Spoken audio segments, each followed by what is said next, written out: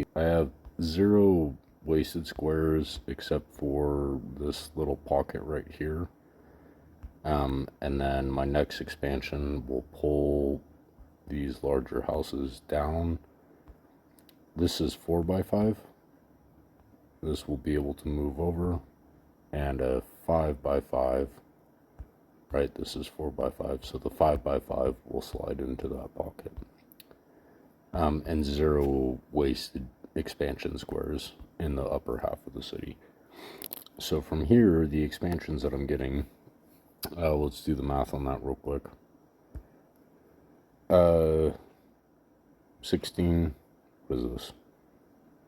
20, sorry, brain fart. So this would be 5 repetitions of 4 tall. These would be either the 4x4 oxygen, 4x4 housing, whatever. That's one option. And then the other thing that you can get out of 20 tall is 1 goods building at 5 tall, and then 5 buildings 3 tall. So that would be a goods building, like a 4x5 or a 5x5, and then 1, 2, 3, 4, 5 of the 3 tall buildings.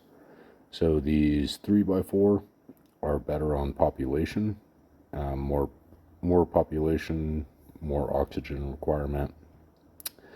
Basically, no reason to use anything except for the 4x4 for oxygen. I haven't unlocked that in the map yet, but once you do have the ability to plant the 4x4 oxygen, there's no reason to plant anything besides that. There is a trade-off between the 3x4 and 4x4 population providers, and that's going to be your ticket production, which in Titan wasn't really an issue because we're only spending tickets on the map. But now that you have the ability to spend tickets on the colony itself as well, you do need to kind of balance that. So for housing, probably use a combination of the enhanced crew quarters, the 4x3, as well as the officers' quarter, the 4x4.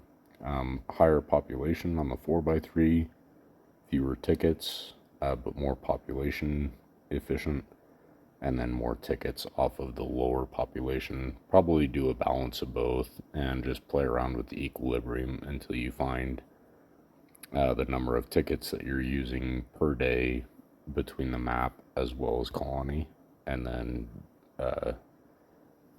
balance your population accordingly.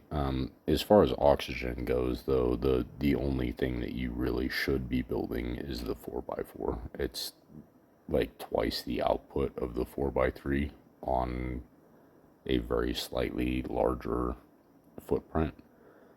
So there's no reason to build anything besides that. From here, though, this top group, everything up here is permanently done. I am always going to keep the efficient housing in that group. It just works out well. That's just filler, but it fits perfectly. There's no empty space. Goods buildings is 5x5, 5x5, 5x5. One more space for a 5x5, and then 4x5, 4x5 with the 2x3 in the back left corner there. And that'll basically always be a thing. I don't really care to fix the 2 empty tiles. The only change on the right side here is going to be, so we have 1, 2, 3, 4, 5, 6 in oxygen, plus 10 for the empty space on the bottom right. That'll be another 4x5 goods building. And then when you break down the dimensions on this center group here, this is all going to be the same combination that we talked about on this left side. It's all going to be a combination of 4x5 goods, or 5x5, whatever, because it's the same span left to right, right? Either way.